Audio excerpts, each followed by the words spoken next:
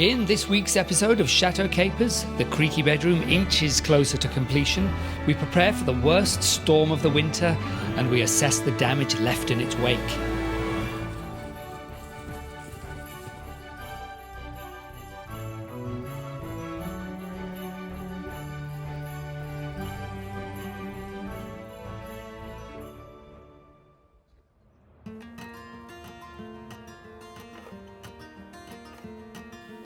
I started the week with fire and determination.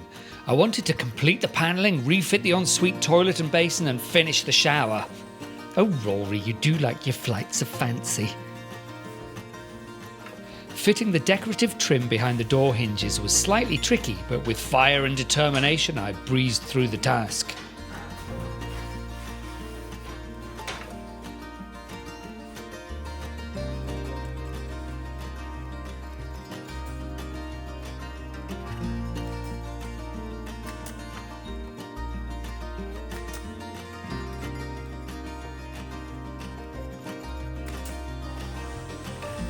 Every mitre cut, every bit of glue squeezed was a mitre cut and a glue squeeze closer to a finished room.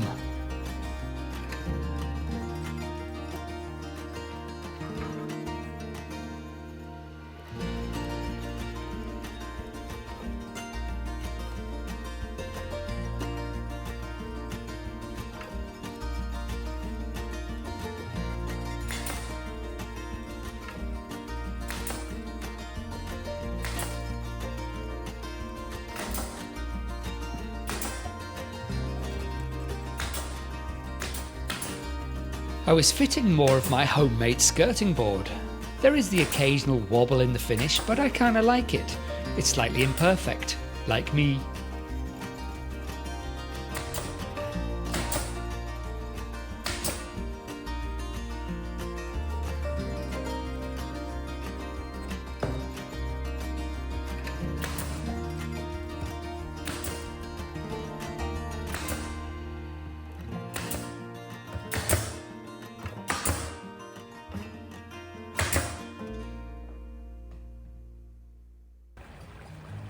There was a storm due to hit us in a day or so, but for now, we waited. We like to walk the dogs along the river every day, but Tuesday was different. Rain had swollen the river to the largest we'd ever seen it. Jane kept Tinkerbell and Tiger Lily on the lead, as they aren't the brightest sparks, and we didn't want them sailing off down the river. Bunty, we trusted a bit more. Our lonely duck was still there, though. We just hope it would be okay through the coming storm. After the walk, Bunty looked like she'd been sent to the corner for being naughty. She'd decided to dry herself on the stove. I had to move her before she singed herself. Meanwhile, the twins have a different way of drying themselves off, transferring the water onto Jane's lap. Back in the creaky bedroom's ensuite, I was preparing the floor to reinstall the toilet. I wanted to remove as much of the old silicone sealant as I could to ensure a neat finish when I refit and reseal the toilet. I'd scraped off most of it with a blade and then sprayed it with WD-40, which is excellent at breaking down the sealant. After leaving it for 5 minutes, I wiped and scraped again until it was all gone. Here's the really important bit if you decide to try this at home. You have to get rid of all traces of WD-40 or the new silicone won't cure properly. It's an extremely important step, especially if resealing around a bath or shower. With the floor now cleaned, the room was ready for Jane to paint the wall behind the toilet. Exciting times. My next task was to make the small section of panelling between the ensuite door and the window. Crucially, this is the last bit of wainscoting in the room. I will be super duper pleased to finish this panelling project. I certainly want to do it again in another room, but next time without the feeling of hard deadlines, such as trying to get the bloody place ready for paying guests in the summer.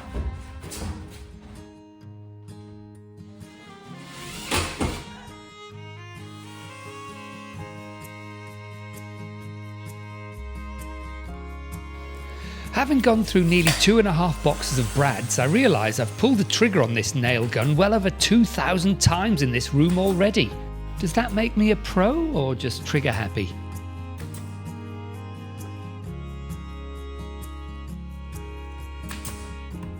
Jane got started on painting the shower room wall while I carried on with the panelling. She mixed the paint roughly 50-50 with water to give the fresh plaster a proper mist coat. The extra water lets the plaster quench its thirst so the paint layer can soak in and bond the way it should.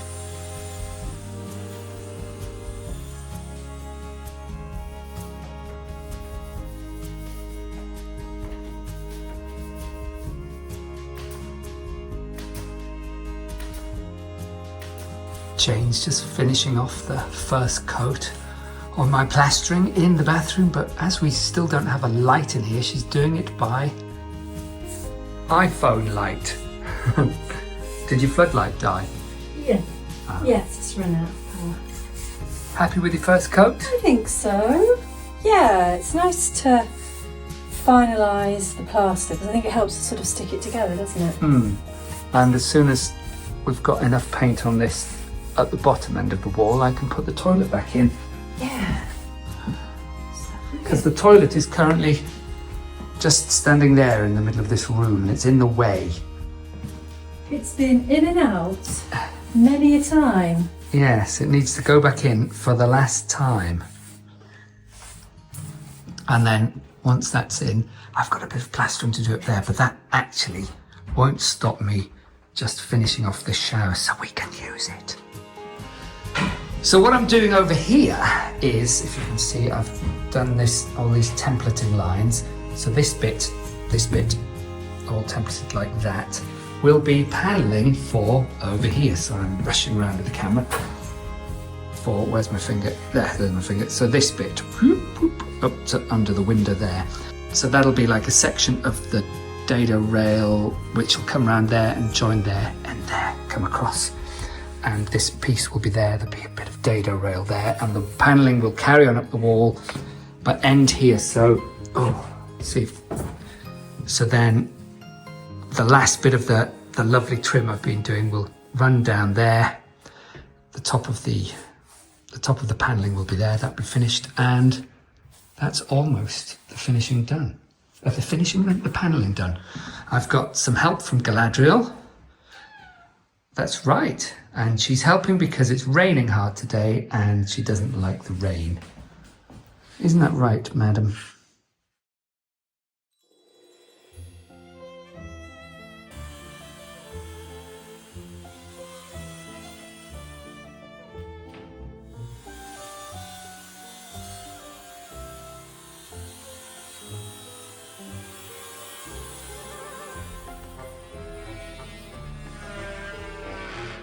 Genuine first attempt at putting it in.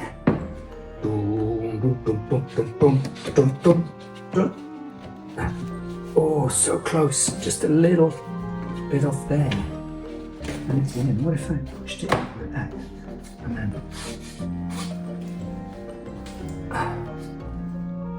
That is very close to exactly what I want.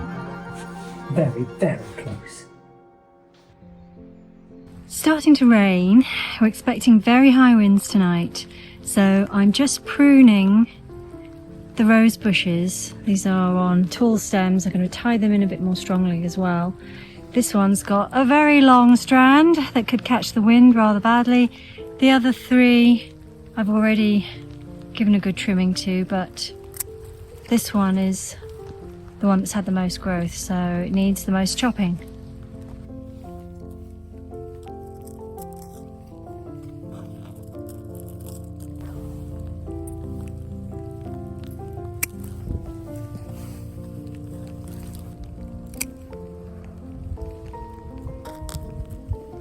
Okay, that's tidier.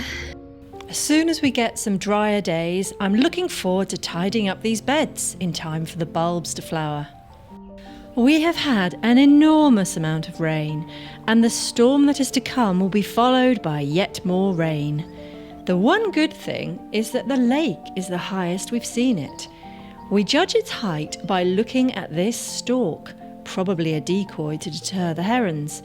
For the first time ever, we can't see its legs. The roses weren't the only thing in desperate need of a trim. Bunty was long overdue a haircut. Let the shearing commence.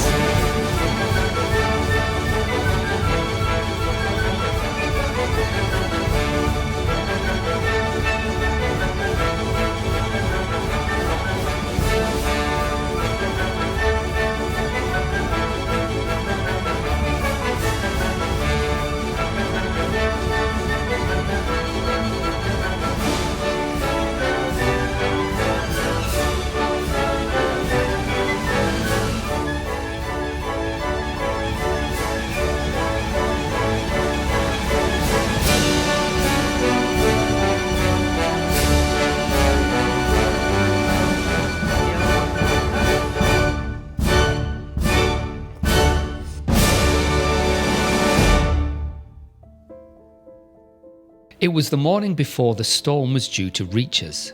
We'd had heavy rain overnight and the drainage ditch running around our property was a steady stream. In our first year, the culvert under the drive entrance blocked and caused a flood in the chateau, so we were being extra careful. A fallen tree branch in the ditch was slowly creating a dam, so Jane took the plunge to remove it, almost swamping her wellies in the process. There's just so much water. What we found when we reached the river shocked us. To give you some perspective, the flood level is 4 feet at the most from the top of this flood barrier, and so 4 or 5 feet down, maybe up to the other side into the field, and then the chateau is probably around the same level, arguably possibly slightly lower, depends, maybe slightly higher, but not a lot. We do have our own flood barrier verge around the road, which should protect it should it ever push over the top of this, which is unlikely.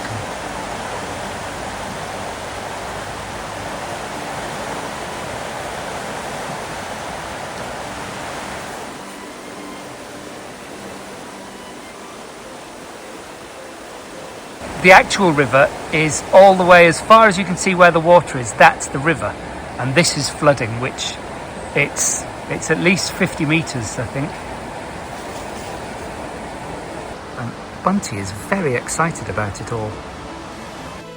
Kenneth Graham described the river in The Wind in the Willows as this sleek, sinuous, full-bodied animal, chasing and chuckling, gripping things with a gurgle and leaving them with a laugh to fling itself on fresh playmates that shook themselves free and were caught and held again. Our river was now much wilder, more urgent and dangerous, monstrous when compared to its former self, leaving no doubt as to what might happen to anyone foolish enough to fall in. It felt like it was foreshadowing the night to come. The river wasn't our only concern. Close to the chateau was a dying tree that had given us a sign its time was nearly up. This dead branch has fallen off. Well, I noticed it this morning. And to give you an idea of just how rotten this tree is, it's been eaten from the inside out. And this tree is, in part, still alive. A few of those branches at the top are alive, but it's rotten to the core. And it has to come down because it's a danger. You can see how much of the base of it has been eaten out. I'd say at least half of its trunk has been eaten through.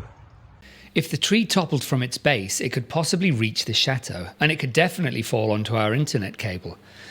I don't have a chainsaw big enough to easily fell the whole trunk, but I wanted to take off the branches.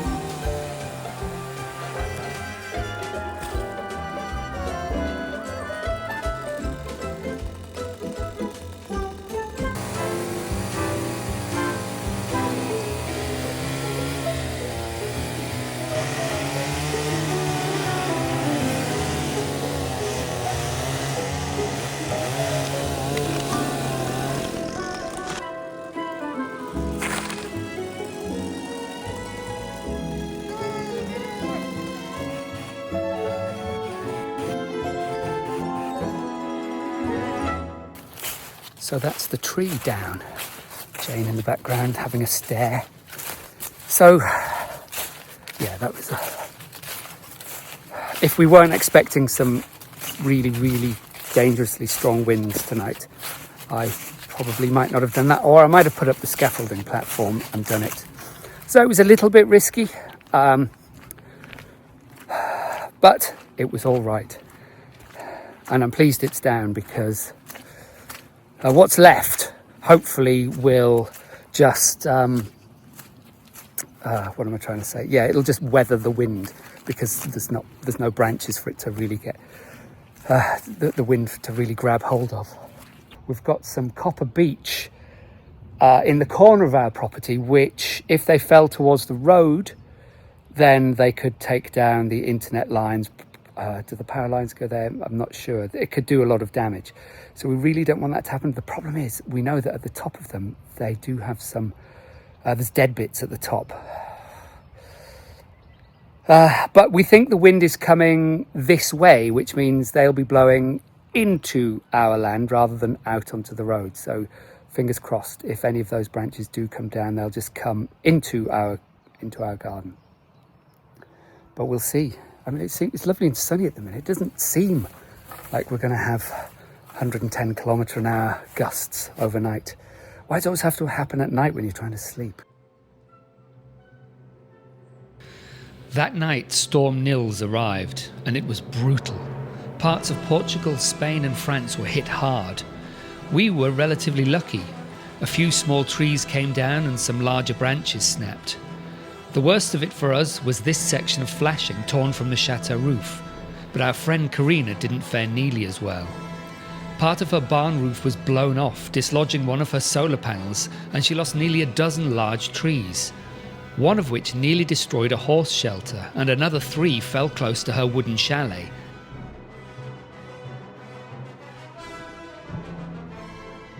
The storm had raged all night, and we had high winds and rain all the next day. The day after, it finally abated. I'm a great believer in community, and when somebody is in need, you offer help and you turn up.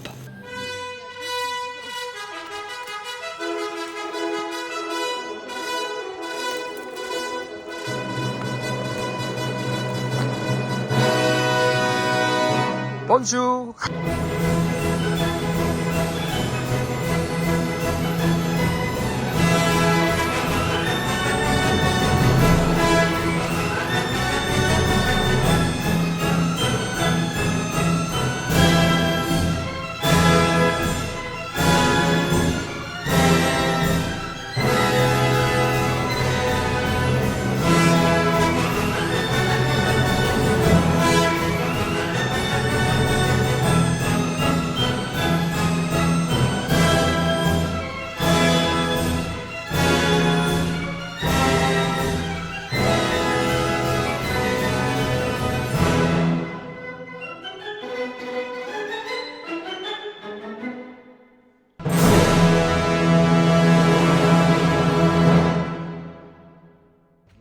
The aim was to clear away what we could to allow the professional better access to the bigger trunks and branches. We also had some sad news.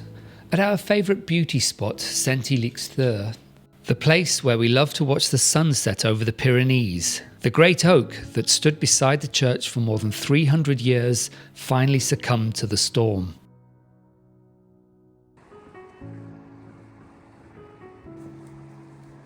It was a place many people cherished. By sheer good fortune, the tree missed the church entirely, falling just to one side, but it caused extensive damage to the family tombs in the churchyard.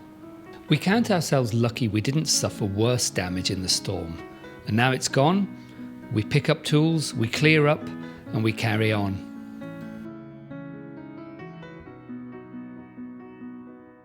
Next week, we start work on the final bedroom of the gîte, which has a lot of challenges, not least of which is taking out these horrible old cylinders. We'd love to get your ideas on how we can add some chateau opulence to this relatively plain ground floor bedroom.